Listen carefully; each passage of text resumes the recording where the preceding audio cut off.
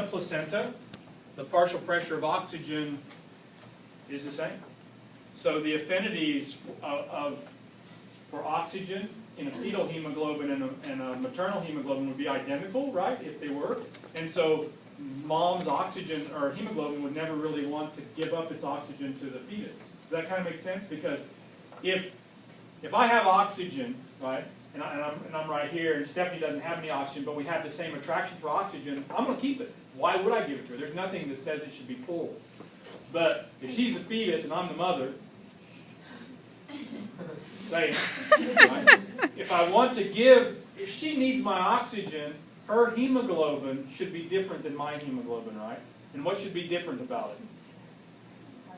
It should have a higher affinity. So everything else being equal, if her hemoglobin has a higher affinity than mine does, and they're sitting right next to each other, that's what happens in a placenta, my oxygen's going to pop off of me and go over to her.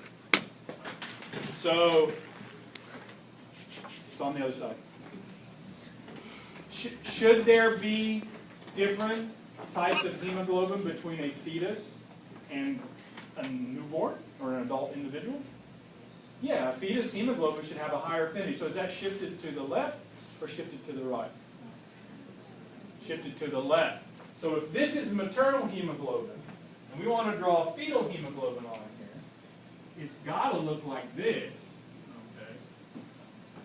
So that at any given partial pressure of oxygen, when they're sitting right next to each other, it jumps off mom's hemoglobin and goes over to the fetus. That's the only way. That's the only way oxygenation would work for a fetus. If they had identical hemoglobin, forget it, man. It's starving to death, right? Well, starving to death, suffocated, basically, right? Because it's not getting the oxygen. Does that make sense? Now, that means that at some point in our lives, right, after we were born or right before we were born, we better start making different kinds of hemoglobin, or we're going to continually be starving our tissues of the oxygen they need, because I'm going to go to my tissues, and instead of delivering 25%, I'm going to deliver 20%. So they're going to constantly be in hypoxia, right, in low oxygen level. They're not going to have the amount of oxygen they need. Does that make sense? So normal development would be that about the time a fetus is, again, about a month away from normal gestation time, they start making both kinds of hemoglobin.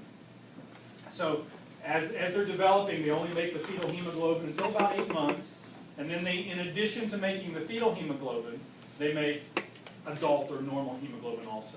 So by the time they're born, right, they have circulating in their blood both.